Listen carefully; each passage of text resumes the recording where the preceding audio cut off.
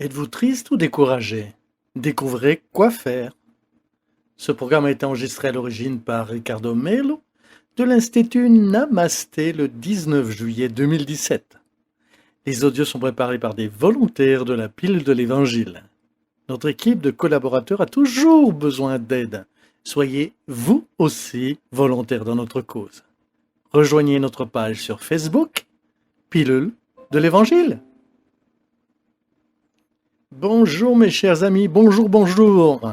Nous sommes heureux de commencer une nouvelle pilule de l'Évangile. Mes amis, aujourd'hui, je voudrais vous demander la permission de parler en particulier avec ces cœurs qui se sentent tristes, avec ces âmes qui se débattent émotionnellement, avec des problèmes d'estime de soi. Il y a des jours où nous nous levons et nous ne nous sentons pas très bien. Certains jours, nous trouvons la vie belle et magnifique. Dans d'autres, nous nous levons et trouvons la vie étrange, compliquée, n'est-ce pas? Il y a des moments où nous ne savons pas quoi faire. Nous sommes sans cap. Nous n'avons pas d'énergie, pas de courage pour nous battre, pour continuer. Chaque jour, les pilules sont pour vous, pour nous tous. Nous sommes tous dans le même bateau. Plus que jamais, quand on se sent impuissant, perdu, en manque de sécurité, nous demandons souvent « Mon Dieu, que voulez-vous de moi ?» N'est-ce pas? Vous êtes-vous déjà demandé cela? Est-ce que cela vous est déjà arrivé? Qu'est-ce que vous voulez de moi, mon Dieu? Et nous attendons une réponse magique pour nous montrer ce que nous devons faire pour résoudre les problèmes de notre vie. Je me souviens quand j'ai vécu des situations analogues. J'ai demandé « Mon Dieu, montrez-moi le chemin. Je ne sais même pas ce que vous voulez de moi. Montrez-moi la façon dont je vous suivrai. Montrez-moi. Ne me laissez pas désorienter, ne sachant pas quoi faire. » Et parfois, nous restons comme ça, n'est-ce pas? En fait, mes amis, Dieu nous a montré cette voie il y a longtemps. Savez-vous quel est le problème? C'est juste que nous avons des yeux pour voir, mais nous ne regardons pas. Et même si nous avons des oreilles pour entendre, beaucoup d'entre nous n'écoutent pas. Il existe une très belle phrase immortalisée dans de nombreux livres et dite de façon, on va dire, différente. Plus récemment, j'ai lu un livre, Le pouvoir, de Rhonda Byrne, qui est une Australienne, que j'aime beaucoup, car elle écrit très bien. Elle parle de gratitude et de l'impact de la gratitude sur nos vies. Et elle dit ceci: « Il n'y a rien de plus puissant pour vous d'être valorisé par les gens qui vous entourent et de vous sentir plus heureux que de soulager la douleur des autres. » Autrement dit, si vous voulez être heureux, aidez les autres à être plus heureux. Si vous réduisez le poids sur vos épaules, aidez à réduire le poids des épaules des autres. Dans notre discours quotidien fait maison, nous empruntons toujours un discours de Johanna de Angelis à Divaldo. Celui qui est solidaire ne se sent jamais seul. Faire du bien, mes amis, soulager la douleur de l'autre est le meilleur moyen de se soulager de sa propre douleur. Je sais que ce n'est pas simple, principalement parce que lorsque vous êtes à court d'énergie, quand vous ne vous sentez pas bien, vous n'avez pas envie de faire quoi que ce soit, encore moins de faire une visite ou de faire un travail social.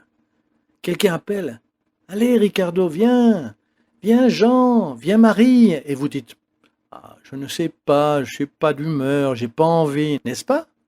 Et nous manquons une bonne occasion de prendre des médicaments pour notre âme. Pour l'amour de Dieu, sans intention de faire de l'autobiographie, aujourd'hui, je voulais partager avec vous une histoire personnelle qui m'a beaucoup marqué. Et je partage cela dans certaines conférences avec des groupes d'amis, mais je pense que c'est très pertinent pour le thème d'aujourd'hui. Il y a de nombreuses années, je suis allé donner une conférence dans une maison espírite. Je vais vous raconter. J'ai garé la voiture, l'endroit était plein à craquer, si bien que j'ai dû garer la voiture dans un endroit beaucoup plus loin. Et j'ai demandé au gardien: « Qu'est-ce qui se passe ?» C'est la première fois que j'arrivais à la dernière minute à cause du trafic. Le gardien a déclaré: « Un certain Ricardo Melo donnera une conférence dans ce centre spirit. » Et puis, en même temps, j'étais surpris et triste. Ce jour-là, j'étais extrêmement triste. J'étais très contrarié, j'étais très fâché. Si je n'avais pas eu beaucoup de discipline à ce moment-là, je ne serais pas rentré. Je ne voulais rien dire, je voulais partir. Ce jour-là, je me souviens bien, je me sentais comme un imposteur. J'ai dit: Mon Dieu, vais-je parler de l'Évangile? Étant au bout du rouleau comme je le suis, ces gens sont tous venus ici pour entendre l'Évangile, et je suis comme ça. Je me souviens de marcher vers l'entrée, et Dieu, moi et les amis de la lumière qui étaient là, savent comment j'en suis arrivé là. Je pleurais, les larmes coulaient de mes yeux. Je n'ai eu le temps que d'essuyer mes larmes, d'entrer dans le centre, de faire une prière, car par la suite viendrait notre étude. J'ai demandé à Dieu que je ne dérange pas ou le dérangeais le moins possible. Et c'était le message de l'Évangile de ce jour-là. La situation dans laquelle je me trouvais n'était pas encore passée. Je vivais vraiment une période difficile, le moment le plus lourd de mon existence. La semaine suivante, c'était la veille de Noël. La veille de Noël, le 23 et le 24 décembre, je voulais acheter de l'encens pour pratiquer la méditation. Je suis allé dans un centre commercial à Belo Horizonte, il était bondé, imaginez, c'était la veille de Noël. Donc vous calculez le nombre de personnes quand je suis rentré dans le centre commercial. Pour ceux qui connaissent cette ville, Belo Horizonte, c'était le shopping Cidade, il était plein. Soudain, j'entends une voix féminine m'appeler « Ricardo, Ricardo !» J'ai regardé dans un sens, j'ai regardé dans le sens opposé et j'ai pensé « Comment vais-je identifier quelqu'un ici? Est-ce que quelqu'un m'a appelé ou est-ce que j'entends des voix ?» Au milieu de tant de gens, je n'ai vu personne. Soudain, la personne pose sa main sur mon épaule et dit « Ricardo Melo ?» Et puis je sens la main de la fille. En réalité, c'était une femme. Quand je regardais en arrière, elle a fait un si beau sourire. D'ailleurs, je ne l'ai jamais revue. Je dis toujours ça, je ne l'ai vraiment jamais revue. Mais cette femme, je ne sais pas bien ce qu'elle m'a fait. Elle m'a dit « Je voulais vous serrer dans mes bras, puis-je ?» Ensuite, j'étais un peu comme ça. Elle a continué à parler. La semaine dernière, vous étiez dans la maison Glaucius. Vous êtes allé parler de désincarnation. Les choses que vous avez dites étaient si belles. Et pendant qu'elle parlait, j'essayais de chercher dans ma mémoire ce que j'avais dit. Je vous jure, je ne me souvenais de rien. À ce moment, mon contexte émotionnel était totalement différent. Elle a poursuivi. Ma mère venait de désincarner et je pensais faire quelque chose de stupide. À cause de votre conférence, de ce qui a été dit là-bas, je suis revenu à la vie. Et je peux gérer ma vie. Je suis resté sans voix. Puis elle m'a dit, puis-je vous serrer dans mes bras pour vous remercier? J'ai répondu, mais bien sûr.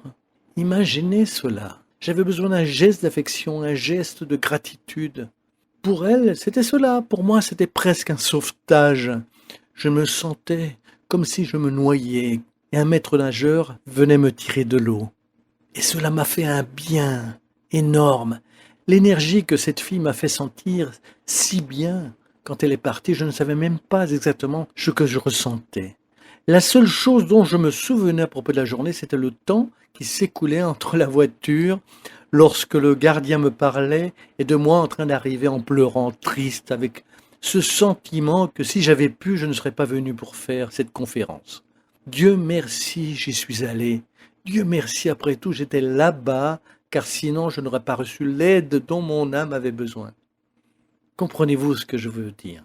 Alors, mes amis, je vous demande pardon, je m'excuse de parler d'un cas si particulier pour vous dire ceci. Il y a des jours, oui, où nous ne nous portons pas bien. Il y a des jours, oui, où nous douterons de ce que nous sommes, si nous en sommes dignes, méritants de toutes ces choses. Mais souvenez-vous, ce sont ces jours-là où nous devons servir le plus. Ne manquez pas l'occasion de soulager la douleur des autres, d'être utile, de servir. Ne manquez pas l'occasion de suivre ce que Jésus a enseigné sur la charité et l'amour sans attendre en retour. C'est l'amour pour l'amour, la donation pour la donation. Soyez assurés que votre âme sera la première à en bénéficier. Votre esprit sera le premier à être plus clair, plus serein, plus doux, car le temps mettra tout à sa place. D'accord ? Que Dieu vous bénisse, illumine votre journée, puisse-t-il vous inspirer. J'espère que bientôt, vous ne serez plus obligés de vous débattre émotionnellement. Et d'après ce sentiment de doute de ce que vous êtes capable, au contraire, que vous puissiez laisser briller votre lumière en toutes circonstances. Excellente journée à tous. Encore une fois, merci de partager les pilules de l'Évangile. Et restez à l'écoute, attendez. À bientôt, mes chers amis. À très très bientôt.